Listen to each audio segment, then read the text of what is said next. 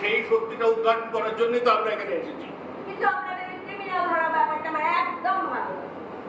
মানে যদি ধরুন কেউ সমীরণকে খুন করেই থাকে, সে নিশ্চয়ই ইচ্ছে করে মারেনি। মানে আপনি ধরুন যদি গার্গী ওকে মেরে থাকে, যদিও তার চান্স খুবই কম, অবশ্যই মিস করবেই। ও একেবারেই কোনো চালাতে যাবে না। আর ও নিশানা লাগাবে, আমি তো কল্পনাই করতে পারি। আচ্ছা, এমন তো হতে পারে যে অন্য কিছু বাড়তে গিয়ে ভুল করে সমীরণকে মেরে ফেলেছে।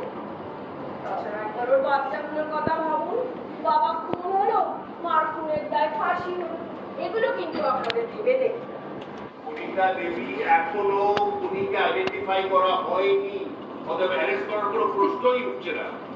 দেখো, আসলে কি বলুন তো, আমি না কিছু যেন বুঝতে পারছি না। মানে ওই বন্দুকটা আমি ঝুড়ির মধ্যে রেখেছি, বুঝেছেন? তখন আমি তো কিছু যে ভাবছিলাম না, ও একটা চকলেট পুডিং বানাবো ভাবছিলাম। Chocolate pudding? ও আমার চকলেট পুডিং! তারপরে চকলেট ডিম আর ক্রিম। সমীরণ খেতে খুব ভালোবাসে। আচ্ছা, আপনি নিশ্চয়ই অনেক কিছু জানেন, আপনি একটু গুছিয়ে দিন আপনার পয়েন্টটা। আমার একটু সুশীলের সঙ্গে কথা বলতে হবে। যেই আপনি জানবেন বা কোনো ইনফরমেশন পাবেন, আমাকে খবর দেবেন। ওকে, থ্যাংক ইউ।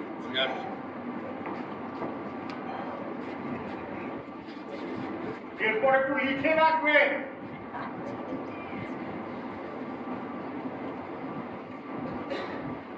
কেন তুমি বন্দুকটা রিভলভারটা নিয়েছিলে বলি? কেন নিয়েছিলাম বলো তো? আমার তখন মনে হচ্ছিল একটা অ্যাক্সিডেন্ট হতে পারে। অ্যাক্সিডেন্ট? হ্যাঁ, এই ধরো এই বাগানে যে শিকড়গুলো উঠে থাকে, আমার সব সময় মনে হতো যদি একটা অ্যাক্সিডেন্ট হয়, সব ব্যাপারটা খুব সহজেই মিটে যাবে। মানুষকে হয়তো অনেকদিন কষ্ট দেবে, সারা জীবন নিজেকে দোষী বলে মনে হয়। কিন্তু বলো, এছাড়া আর কোনো উপায় ছিল? তুমি কি বলতে চাইছো? কার অ্যাক্সিডেন্ট হলে কি মিটবে? সমীরণের। হে ভগবান!